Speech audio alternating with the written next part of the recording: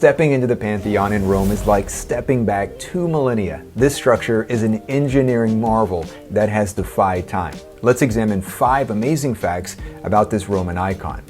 Fact 1. The Pantheon you see today is not the original. It's actually the 3rd version. The first one was built by Marcus Agrippa around 27 BC, but it was burned down. The current superior structure was built by Emperor Hadrian around 126 AD. It has been in continuous use ever since, a true testament to its durable design.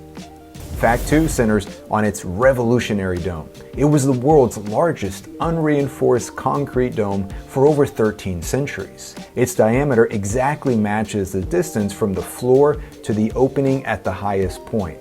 Romans lighted the concrete near the summit and used decorative recessed panels called coffers to reduce its mass, a brilliant structural solution.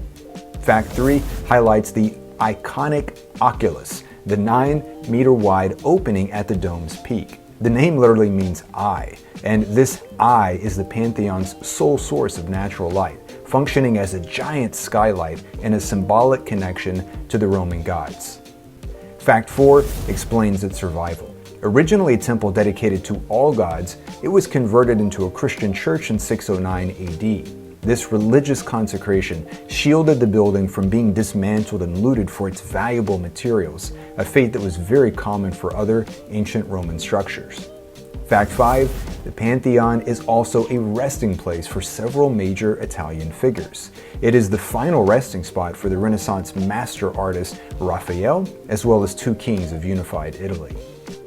Altogether, this unique blend of ancient engineering, religious history, and artistic heritage cements the Pantheon's place as a truly transcendent monument.